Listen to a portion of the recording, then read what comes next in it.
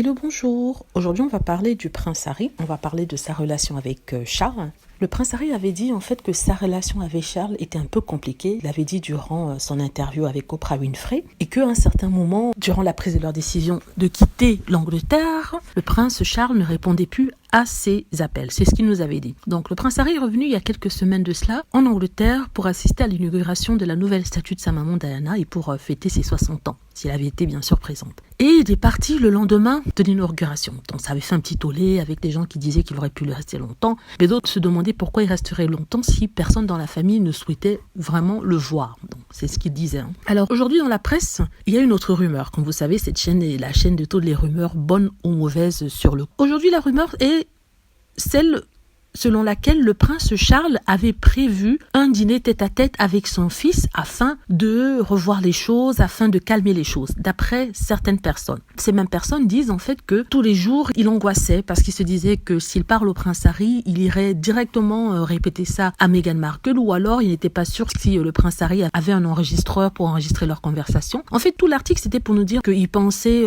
rencontrer son fils, mais il était stressé, finalement ça ne s'est pas fait parce que Harry est parti. Donc ce qu'ils oublient de vous dire, c'est que le prince Charles était à l'arrivée du prince Harry en Écosse.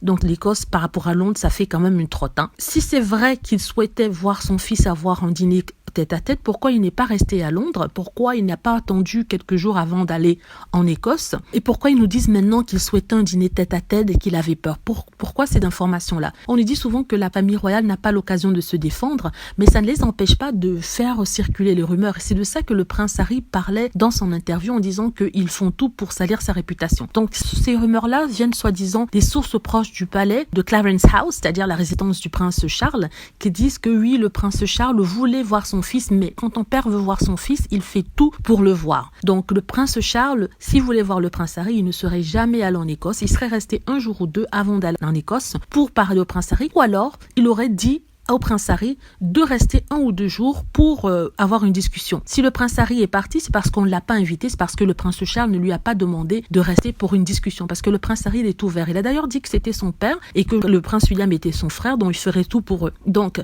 cette histoire de oui, le prince Charles voulait voir le prince Harry avoir un dîner tête-à-tête ou une conversation entre eux, c'est du faux. Parce que si vraiment il le voulait, il l'aurait fait et il aurait donné une invitation au prince Harry qui serait sûrement resté 1 ou 2 jours de plus. Voilà, c'est mon opinion. Vraiment, c'est du n'importe quoi. Clarence House et souvent Kensington Palace, pour redorer leur image, ils donnent de fausses informations à la presse. Voilà, c'est tout ce que je voulais dire. J'espère que vous avez aimé la vidéo. N'hésitez pas à cliquer sur like si c'est le cas, à vous abonner pour plus de vidéos et à cliquer sur la petite cloche afin d'être averti lorsque je poste une nouvelle vidéo. Merci.